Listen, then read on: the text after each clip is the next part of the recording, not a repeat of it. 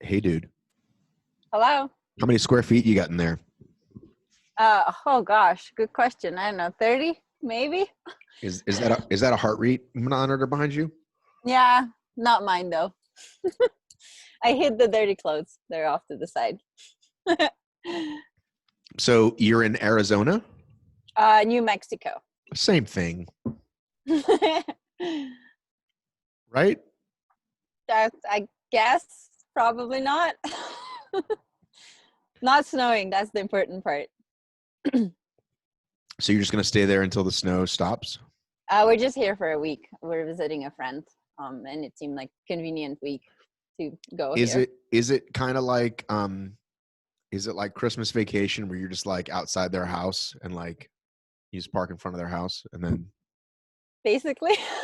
have you, Rhea, I'm not sure if you're familiar. Christmas Vacation is a very popular movie amongst Americans, but I don't know what you had growing up. I didn't have that movie, but what you described is exactly the situation at the moment. Did you watch American movies growing up, Rhea? I did. I watched Home Alone Okay. and probably other things too. Dumb and Dumber. I've Okay, seen that. you're mentioning classic American comedies. Well, Vacation and Christmas Vacation are in that same vein, Rhea. So I've seen some. Who did you listen to growing up? What singers or bands did you listen to? Avril Lavigne. That was my first CD player. Oh my And goodness. that other, well, shoot, I forget what they're called. Backstreet Boys. That was my second. Okay. I think that's it. Are there any artists from like your home country? Yeah, there are a few, but I don't really remember their names. Right. It's more just like I was just playing on the radio. Right. So I don't know if you're aware of this, but there's like there's this whole youth movement of these like Russian rappers. I watched this like Vice documentary on them. It was fascinating. Okay.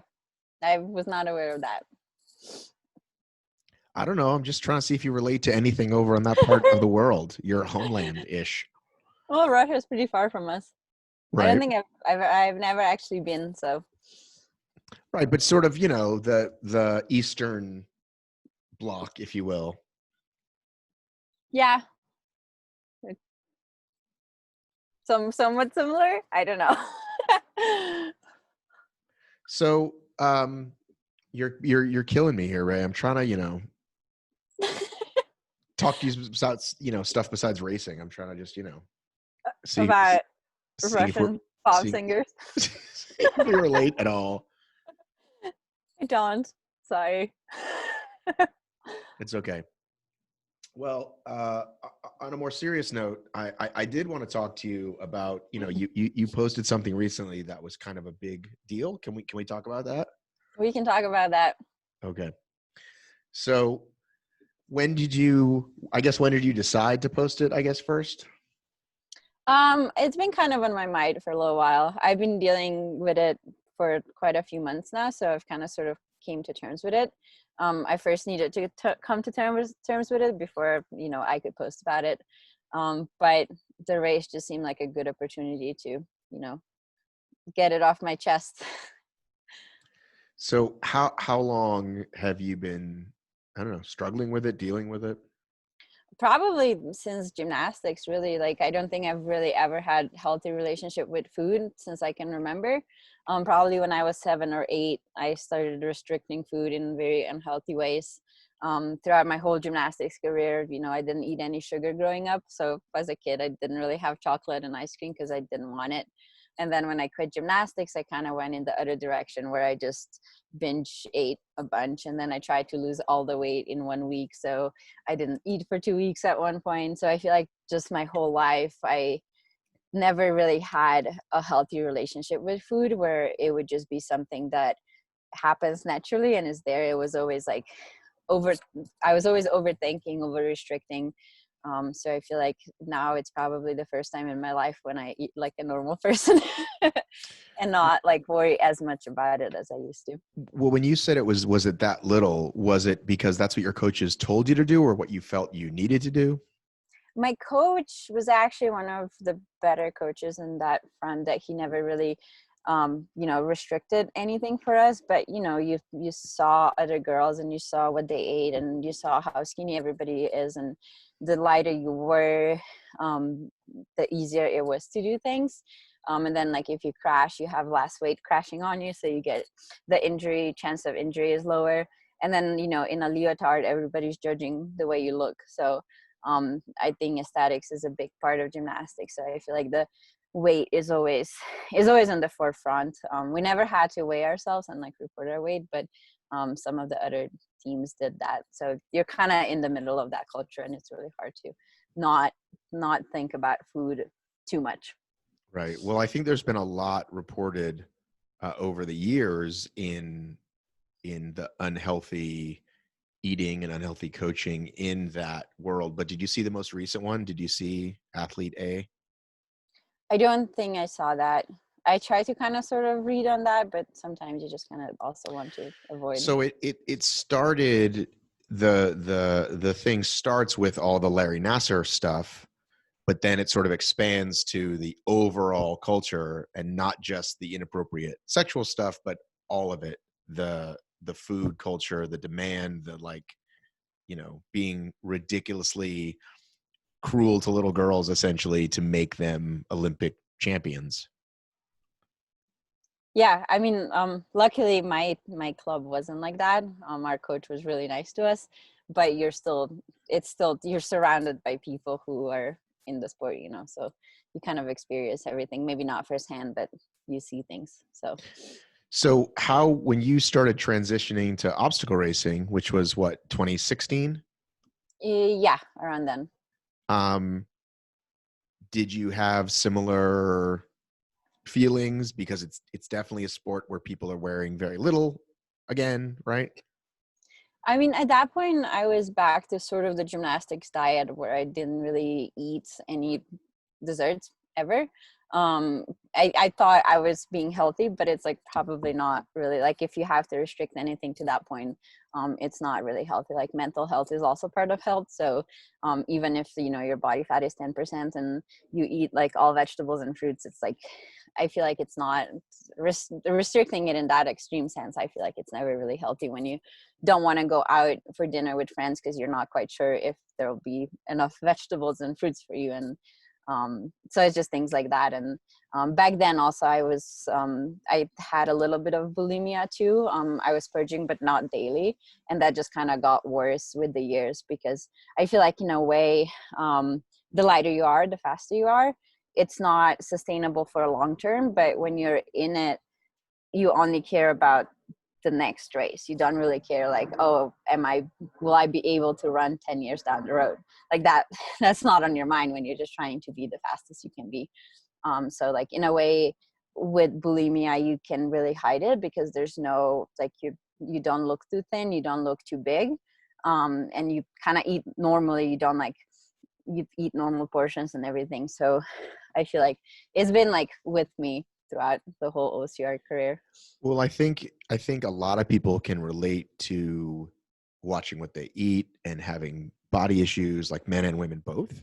And like Yeah. I've had some stuff happen recently, which I'd like to talk to you about. But I think a lot of people don't necessarily relate to bulimia because it seems foreign to them. So can you talk about, clearly it's not healthy, but when you're doing it, what do you think the benefits are? Like in your mind, I'm doing this because. For me, it was just really hard to stop eating. I feel like it just comes like with the whole history of eating disorders for 20 years and very restrictive eating for most of my childhood, that I didn't really have that. Like I just wanted to eat until I was so full that I couldn't eat anymore. So you kind of lose that signal when the brain tells you, oh, we're full. So you just eat until you're so full that you can't really contain it in the stomach anymore. And then you go and throw it up. And then in a way, like in your brain, at least in my brain, it was like I ate too much. So if I, digest all of that, I'm going to gain weight. I don't want to gain weight. So if I just throw up, then it's going to be fine. And it's like one of those things where you do once and twice and 3 times, and then you're like, you don't really feel any negative effects. And it's working. Like you're skinny, you can eat a lot and you feel good because you never have a stomach ache from, eating 4 servings for dinner. So how do you quote unquote like hide it? Like, especially if like you had a significant other for a while, or just people like people at the races, like, hey, we're all going to eat after or before, or we're all like, I know everybody like gets in the little cabin, and you know what I mean? Yeah, I mean, nobody follows you to the bathroom. You just excuse yourself. I need to go use the bathroom.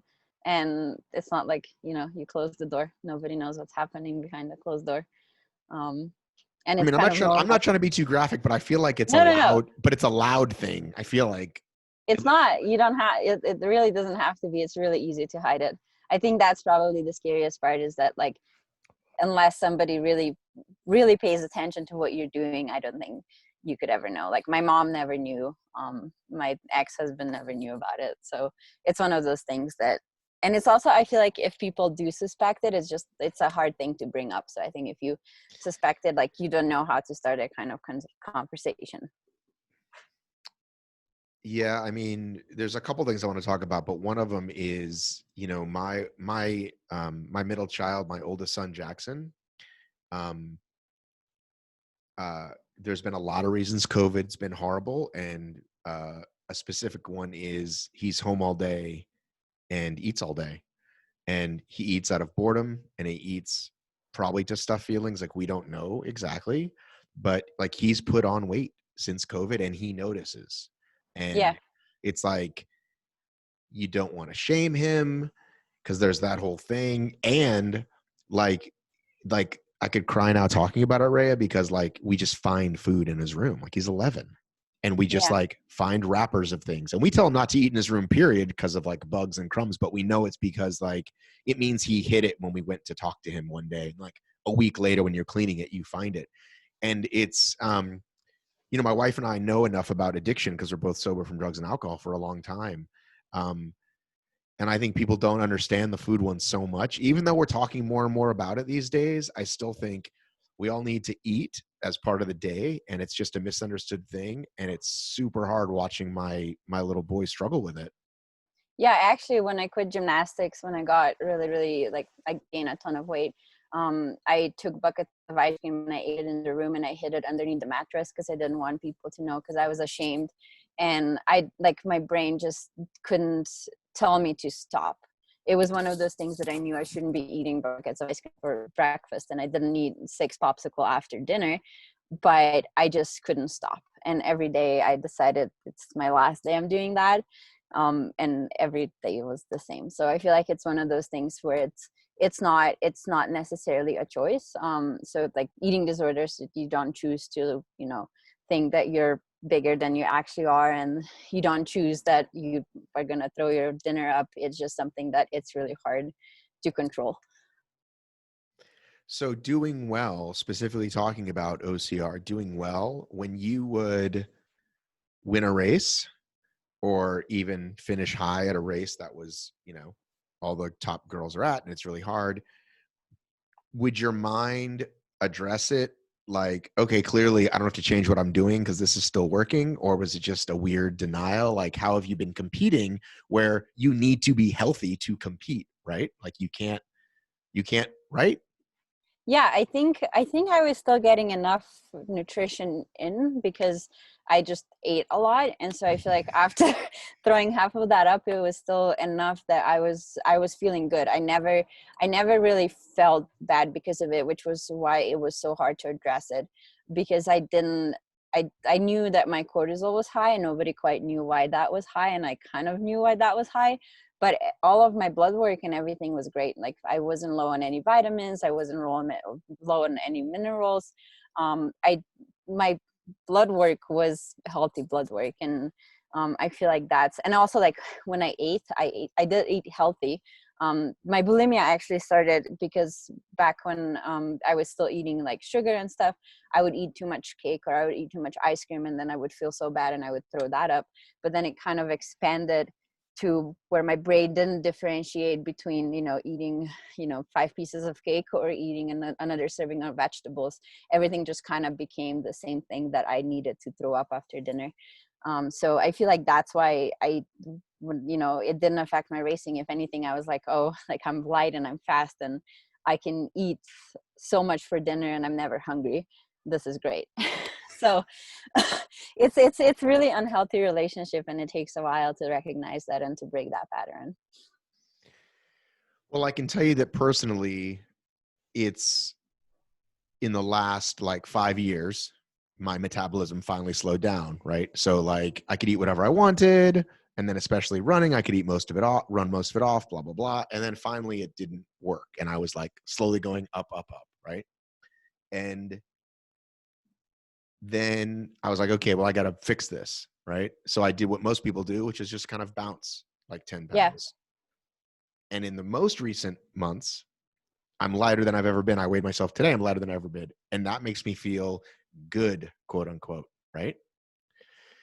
And I think about everything that I eat, and I don't think I have a healthy relationship with food anymore. And that's like what I just made for lunch, right? So I put some beans and some ground turkey, super healthy, but I'm very conscious this is good. I am doing good.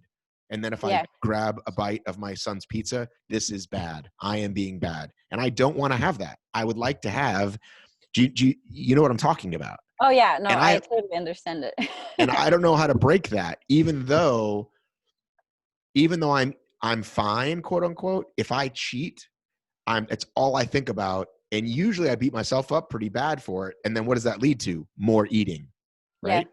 So when I was at my worst, I was eating like 3 bowls of cereal a night, right? And I can't have like a bowl of cereal because I know that it only leads to 3.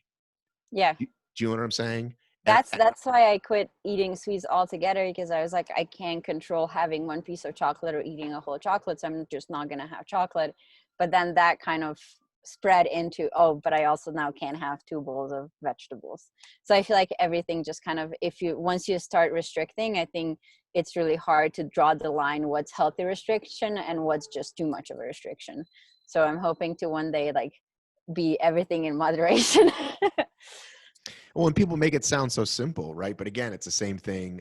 It's like you said, like if somebody's a crack addict or a cigarette addict, you just will just stop. It's bad for you, right? It's like, it's if only were that. And it's super weird for me because again, like we traditionally associate eating disorders with women and with women athletes. And like I said, this is all recent to me. This is all in the last couple of years that I have this super like kind of insane thing about it. And I do like, it's okay. It's okay to be happy with being quote unquote thin or a certain number. Like people are like, oh, it's not about the scale number. And it's like, well, for me, it is. I like where it's at. And I think that's okay to want to healthily live in some range. But I'm weighing myself once a week. And at one point it was like every 2 days. And so I feel like that's healthy. Like weighing myself once a week is healthy. Like, do you weigh yourself at all? Or how do you do with that stuff? I haven't weighed myself in years. I refuse to step on a scale because I know I know I don't have a number goal. I know if I know a number, I'm just gonna want to bring that number as low as it goes. The only reason I knew I gained weight, well, like my shorts fit differently, and like, you know, when I run, my inner thighs rub now, and I get a rash, and I need to use that anti-chafing thing I've never had to. On my mountain bike, you set the suspension to be like for a certain weight. And so when I got a new mountain bike, I told them the weight that I've been using for years now, that I have no idea how close it is to actual weight. But I like kept hitting rocks. My pedals kept hitting the ground. And I'm like, clearly I'm like heavier than I thought I was, because the suspension is like too loose, and I'm like heavier on the bike than what I thought I was. So that's kind of how I know it. But like I don't weigh myself ever, because to me it's just not healthy. Hi, Nicole. Oh, Nicole came. Hi. We can't hear her. Hello? Nicole? Can you hear me? Yes. Okay. Are you in a van?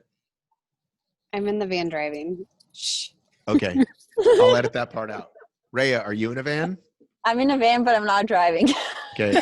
I am also in a van. Do you see the inside of my van? Uh-huh.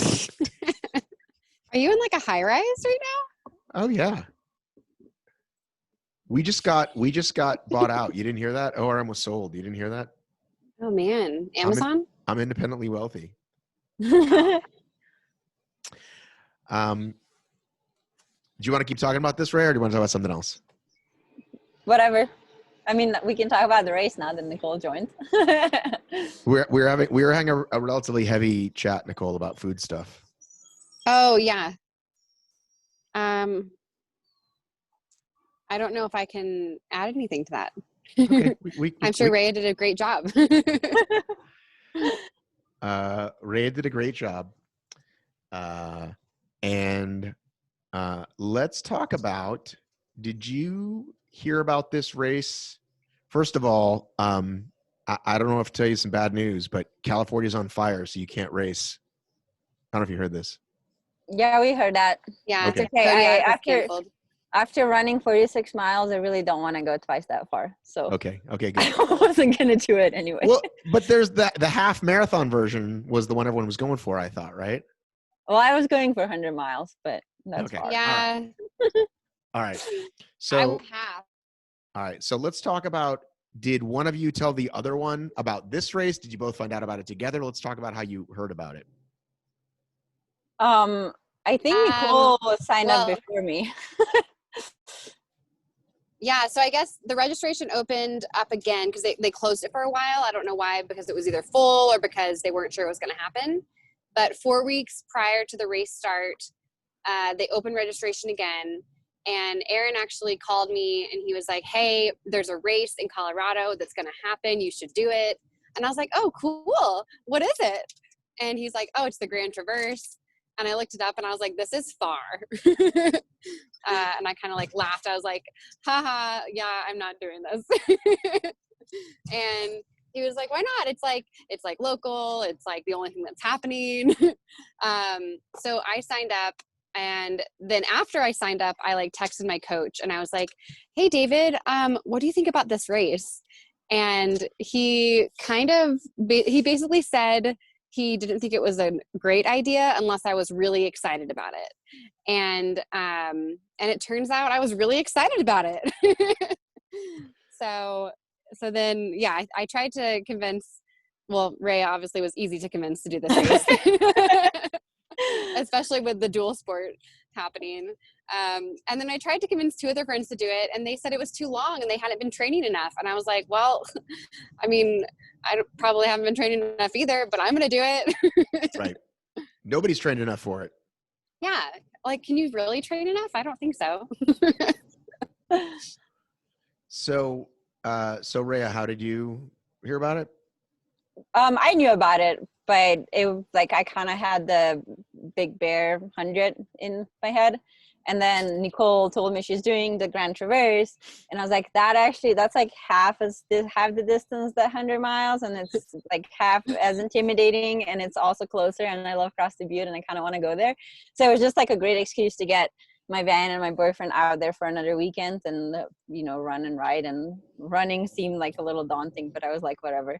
I can walk for a long time. Right. So yeah, it didn't take a lot of convincing for me to sign up. Right. So I don't know if this is appropriate or not, but I feel like Nicole figured COVID was a good time to lose the boyfriend, and Rea, you thought it'd be a good time to gain one. Is that what happened? Yeah, sort of. That is an accurate timeline. I was hoping Nicole was going to laugh when I said that. She didn't laugh, but it could be because she's distracted. I was laughing inside. Okay. All right, we'll just forget I said that. So Rea, explain to people what the race is and explain the 2-sport version of it. Yeah, so originally Grand Traverse goes from Cross Butte to Aspen over a mountain pass. So it's like 2 mountain towns. And one day you run there and then you stay the night and then the other day you bike back. But because of COVID, they wanted to keep it in one place. So they made it a circular loop and added a bunch of elevation gain. So they actually made it harder. So on Saturday, it was officially 43.6, but actually 47 miles. So on Saturday, it was 47 miles of running with 9,000 feet of gain. And then on Sunday, you did the same course, but in other direction on the bike. 50 miles with 9,000 feet of gain. Oh, you did the other direction. We did the other direction, yeah. And we also went up to like 12,500 feet. So it's also at altitude. It's great. And it starts at like basically 9,000. So it's all pretty high. Yeah.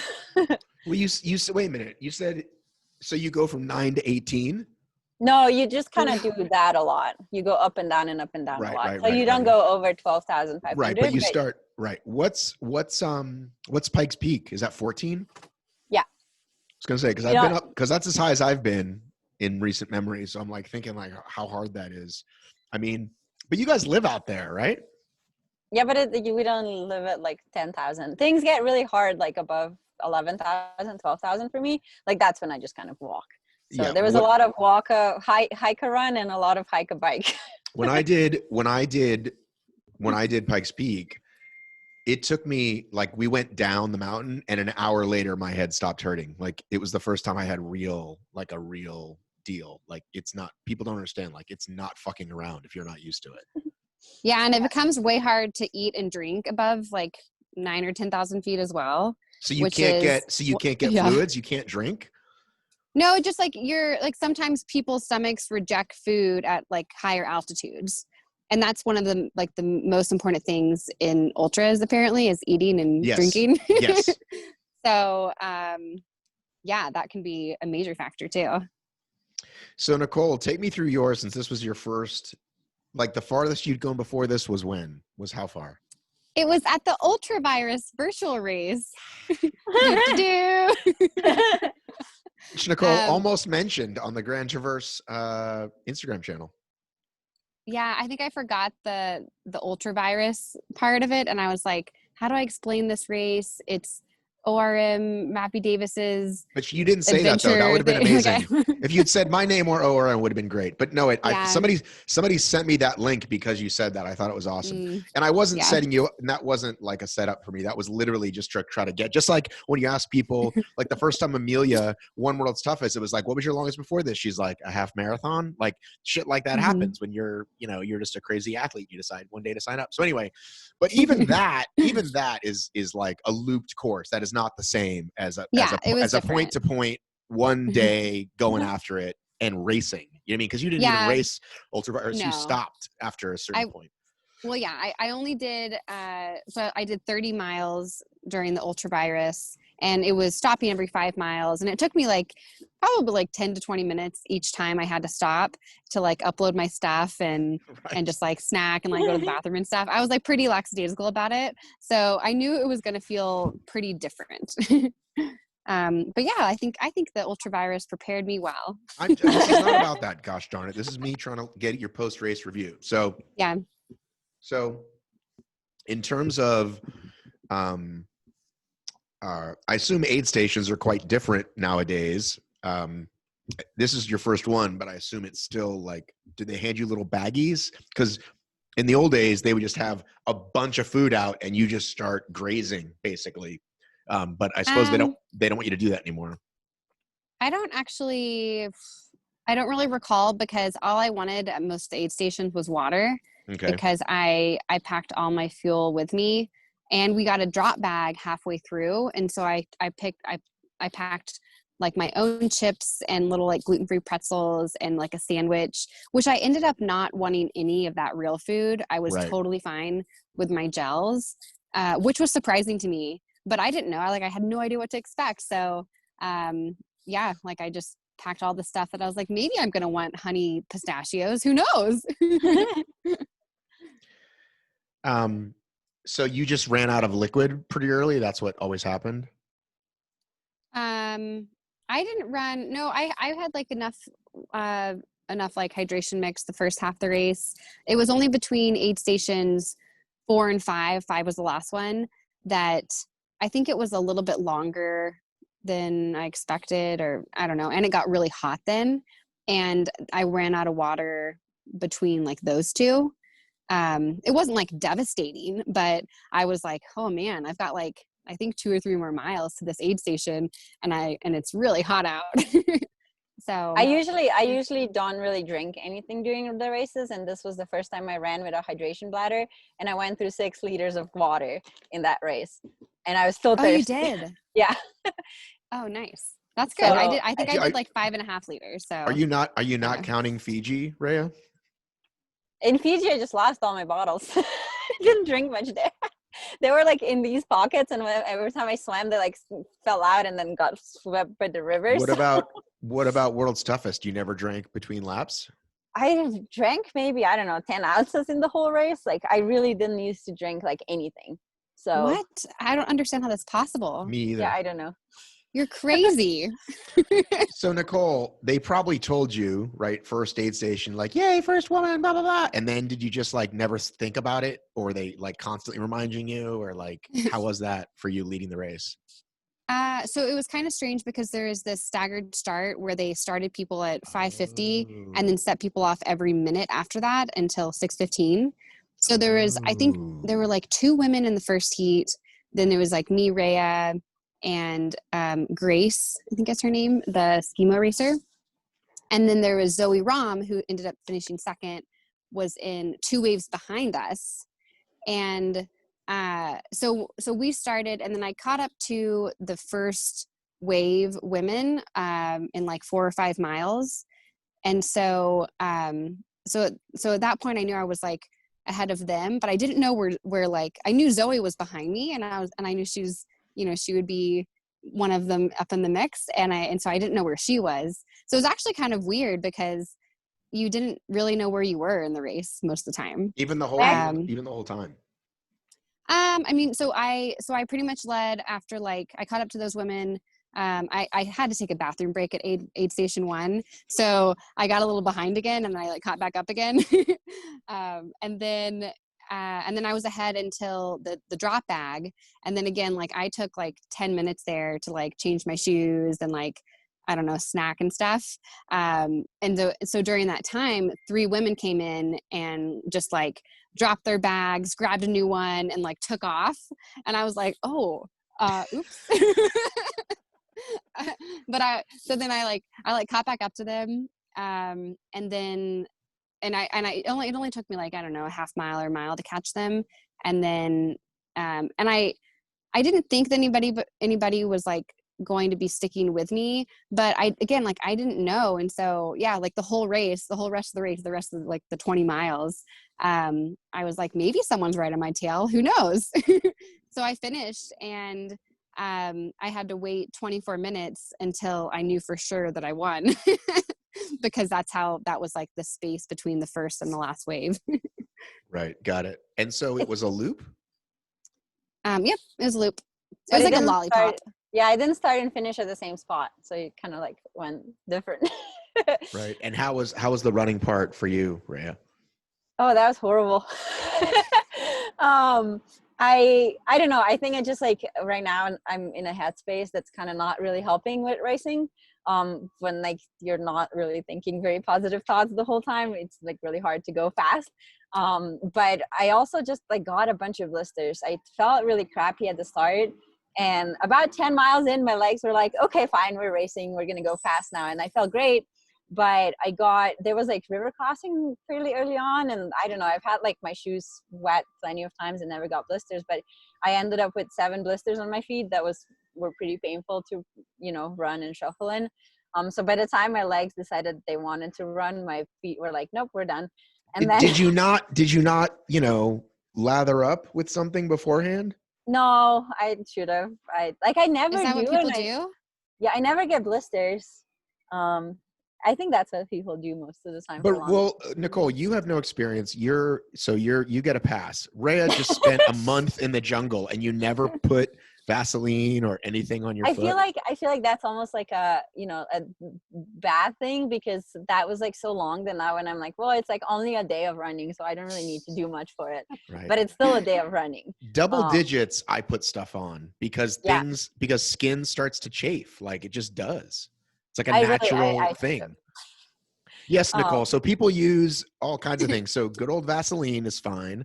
Or there's like, Gurney goo or like Boudreaux's butt paste, like all these things you can put in anything that might, need it. So, feet and nether regions, and like even like here, because your straps on your pack might get you. So you just kind of put it everywhere and off you go. Okay. Yeah, I didn't do that. But I changed my socks and my shoes halfway through.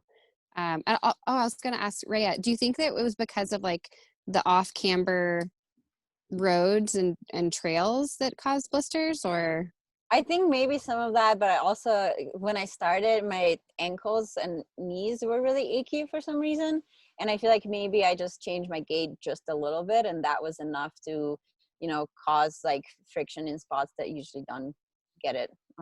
It was just one of the, and then I think once you get one, then you like change your gait a little bit to compensate for that one, and then you get another one, and then it just like exponentially gets worse.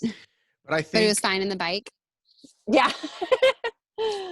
But as Nicole mentioned, for those that are thinking about doing an ultra, is that you honestly don't know. Like for me, I always look at it as like there's feet, legs, and stomach, and those are kind of the three big ones. And like to kind of constantly check with myself, like how are these three things doing? Because that way you don't wait until the last minute. And the most experienced racer in the world can have your stomach go sideways one day and you just can't keep things down and you DNF. Like that happens, right? To the best, or some weird fucking blister that appears in some weird place. And it's like, that's kind of the beauty of ultras, is you don't know what's going to break down when, right? Which is why, I think people still don't grasp how amazing it is that Ryan Atkins has gone out and done this 100-mile obstacle race, 7 years in a row and crushed it every single time, because anybody can have a bad day. Anybody can have a bad race. One time Albin completely broke down in the first few hours. Ryan has a bad day and he gets second, and then he has a good day and he gets second. Right. Exactly. So he's just so consistent, that guy. So Rea, when after the running race, where do you know where you were in the standings? I finished sixth. I finished fourth, but because of the staggered waves, I was sixth.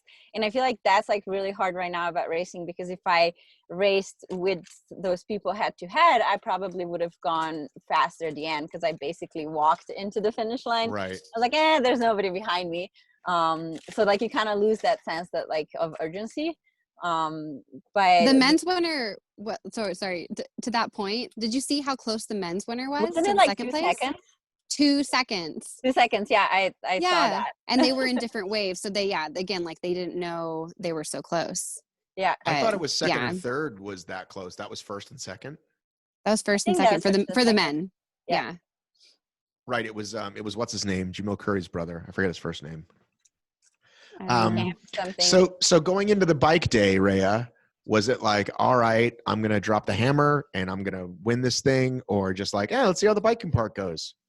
Yeah, I was super excited for the bike. I feel like lately it's just been like biking doesn't hurt in a way that running sometimes does. So biking is always like, you just like work really hard and your muscles get tired, but like your knees, you don't hurt, you don't really get blisters. So I was excited for the biking, and doing 46 miles on a bike is a lot easier than doing 46 miles running. Even with that much elevation? Yeah. I don't know. Like, I just hope I didn't have to hike the bike too much, because my feet hurt. That was my question. Did you hike the bike? Not a lot, maybe like a mile total. Probably less than that. But yeah, I think I rode a lot of the things I would not normally ride, just because I was like, I'm not getting off. But I usually when I do like running races, I just like run them with like a smile on my face, and I'm like having fun like the whole time. And I feel like this time the bike kind of took that. So like I was just biking with the biggest grin, because I was like, this is so much better than yesterday. Right. So is it single track? Like how, because I assume it also like you're flying down a big hill on a bike, and if you go the wrong way, you can die kind of thing. Is it that kind of a terrain? Sort of. Well, I kind of fell into a ravine once, because it was like the sun was shining, so I didn't see a rock, and I slammed into a rock and I like toppled over. But other than that, like, yeah, sure, you can crash, you can hit a tree, but like just kind of keep it within your abilities. Do you have clip-in pedals for the mountain bike? Yeah, I have clip-in pedals. You do? Yeah. Oh my gosh, it's terrifying. Yeah, that scares me. How often have you fallen by yourself and just started cracking up laughing, even though you're in a lot of pain? Oh, I don't know. I usually don't laugh when I've crashed. I usually check if my bike is still in one piece. No, I mean on your just running, I mean.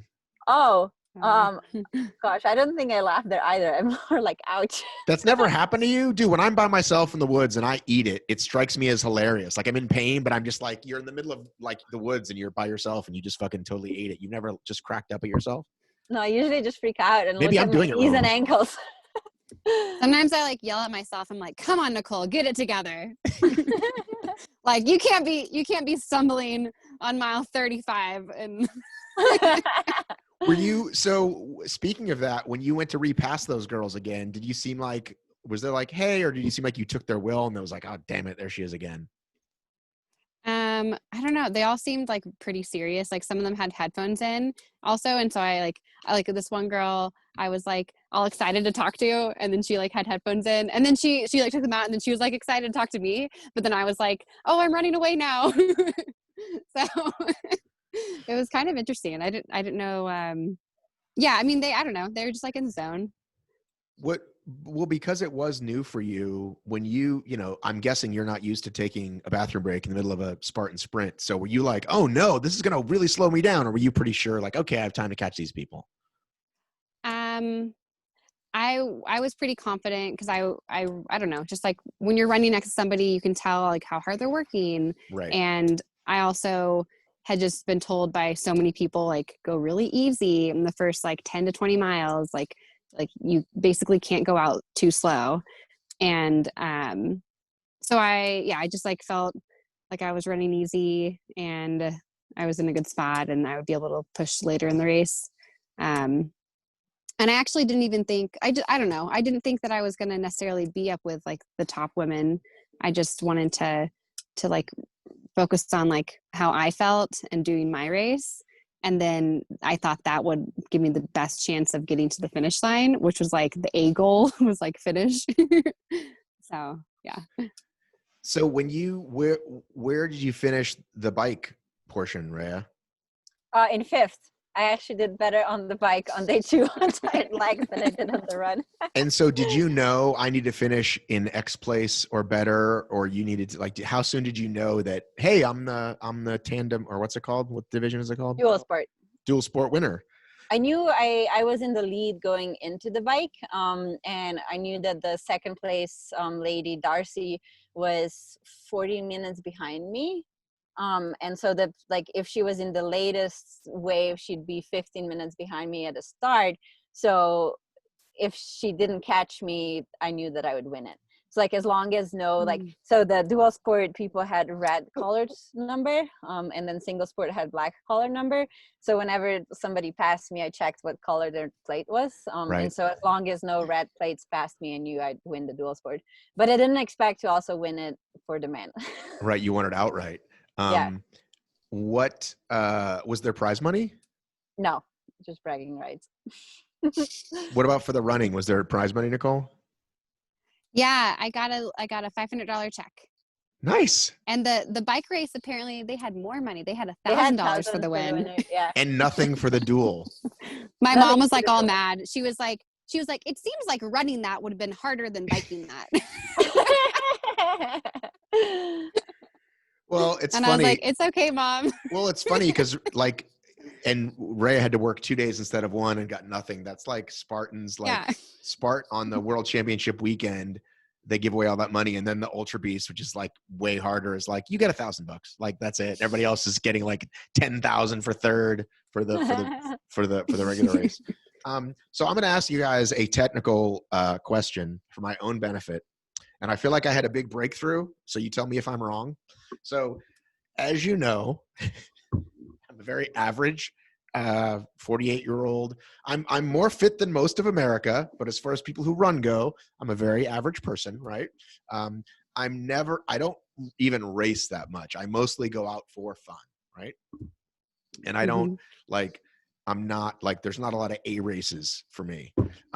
So I was supposed to do Boston, right? Boston gets pushed to the fall.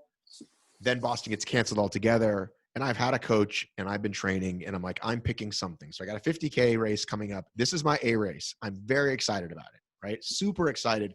Actually something that I can like enjoy and that I've built up for. So, you know, I'm building my long runs. And I had a 5-hour trail run to do on Saturday. Okay. And I'm used to just watching my pace, right? Like looking at my watch. Okay, I'm going way too fast. I need to bring this down. I got to keep this up for, 5 hours. And they say the same thing they say that to every ultra racers. Like you can't go too slow in the early going. So anyhow, at one point I'm climbing the staircase, one of these like staircases that goes from the creek to the top. And I'm halfway up the staircase and I am fucking dead. Okay. I'm like, I go from stopping to just laying down. And I'm like, I'm dying. And I'm like, I'm not moving that fast, but my heart rate is through the roof. Okay. And so I'm like, is it really as simple as like my heart rate is everything? Like the pace is one thing, but is it really as simple as I just have to keep my heart rate below a certain amount? And that's kind of everything. It seems so simple and it seems obvious, but I think I've missed it up until now. I don't track my heart rate. So, well, I don't track it either. Like I'm not wearing it. I'm just saying I can feel it. Like I can feel it beating inside my body. I feel like that just comes with like experience of knowing for how long can you push in something that feels hard and recover to the point where you can still keep on running. So I feel like that just comes from like runs when you do like a tempo effort in between, or when you try to climb something really fast and then seeing if you can still, you know, jog your way back to the car. And so kind of managing, like even in an ultra race, I feel like there's places where you work so hard that you're like in a threshold, but as long as you don't stay there for that long that you can recover and come back to running from it, I think it's fine. I don't think like there's like a cap that you should never cross over, because then you're not going to finish the race. I don't think it's that simple. And I think it also comes down to nutrition and hydration and just like general progress of the day, which is why I don't wear a heart rate monitor. Because it would freak you out, you think? Or yeah, I think it's just data that I would rather listen to my body and how I feel than look at a number and try and judge it off of that. I don't know if you run with a heart rate monitor, Nicole. I don't. Again, like I've been running my whole life, and I feel like I have a pretty good sense of, I have a sense of easy pace, or like, oh, I'm not gonna be able to come back from this, or but I know ultra runners who will run with the heart rate strap, and that's their goal, is like, oh, I want to keep it under, you know, this heart rate for the first 30 miles or whatever. Which I guess makes sense. Well, and I feel like you can also judge it without it, right? Like, again, like if you're just kind of in tune with your body. But I just feel like I've just overlooked it, because to me it was like, all right, well, I can kind of manage this. But again, mostly just thinking about pace, right? Easy versus medium versus hard. It's always been about pace. Like I'm breathing heavier because I'm going faster, right? Not like an overall effort level that's based on heart rate. Because I wasn't moving that fast up these stairs, by the way. I wasn't running them. I was just kind of working. And then before I knew it, I was like, oh, I'm dead. And I had to lay down. I think that's like trail running right there. I feel like you can do by pace when you're on the road, because the ground is like road and it doesn't, maybe goes up and down a little bit. But on the trail, like whenever it gets more technical, or like stairs or things like that, that just like slows you down, or things that are off camber, slightly, you know, sideways tilted. I think pace is like a pretty bad judgment of effort when you're doing trail running. Right.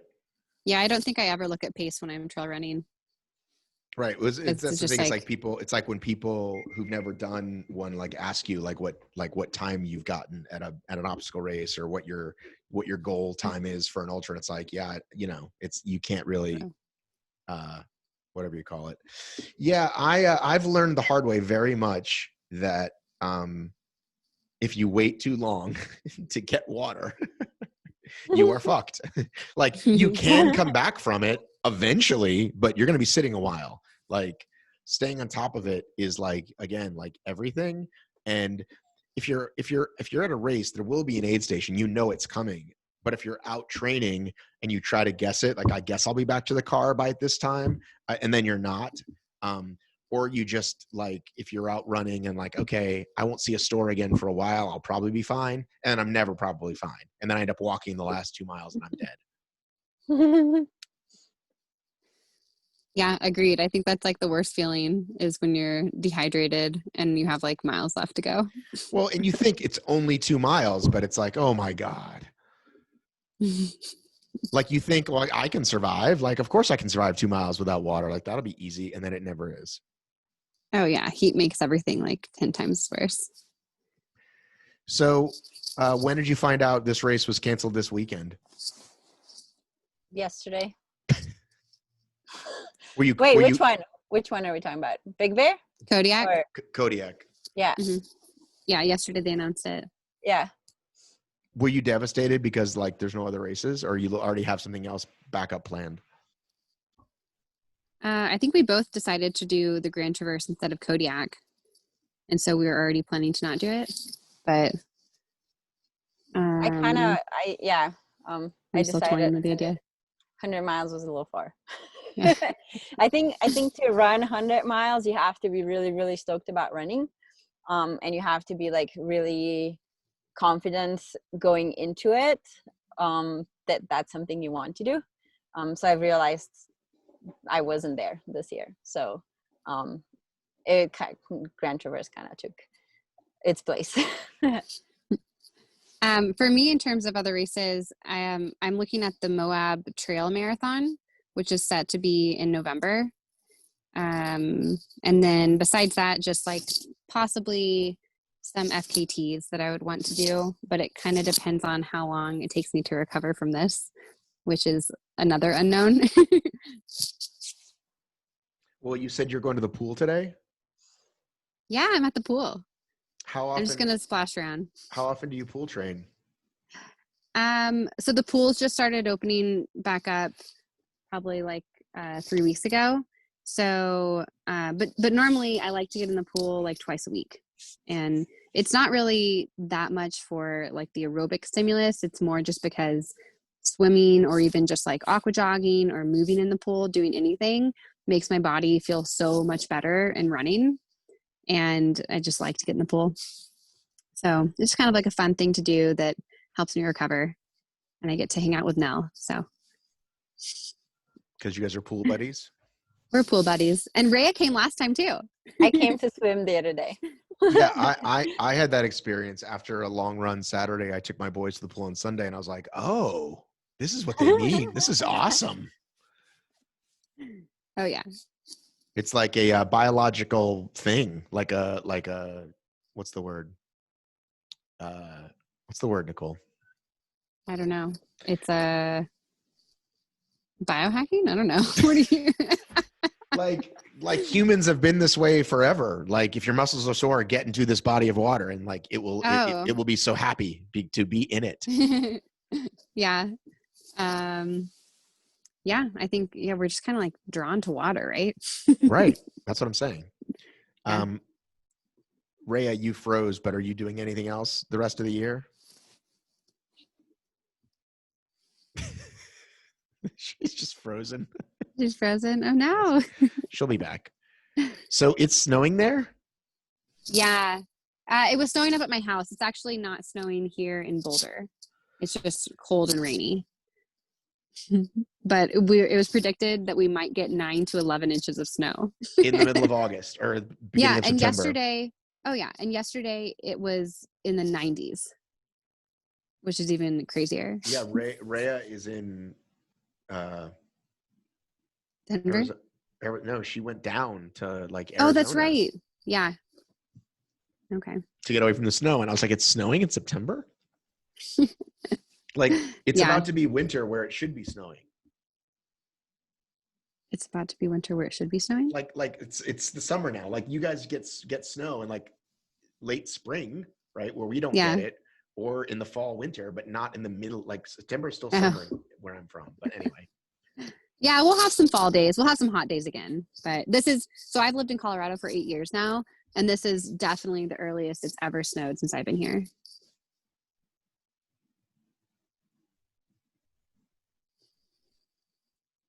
Are you there? Yes. I was hoping Rea would come back, but I guess she's not. All right, I guess I'll let you go swim, dude. Yeah, thanks. It's going to be fun. It's going to be cold. I assume it's indoors, isn't it? Indoors? This is actually an outdoor pool, but it's heated. Oh. So, yeah, should be cool. Just rocking a few laps. Yeah, I'll just do some I don't know, a little bit of freestyle, a little bit of breaststroke. I can't do butterfly. That's work. That's work, that butterfly. I can't even really do backstroke. Backstroke is like super awkward to me too. Right. I always like splash water in my face. I'm not a great swimmer, but I enjoy it. All right. Well, good talking to you, dude. Yeah, great talking to you too. See you later, bro. Bye.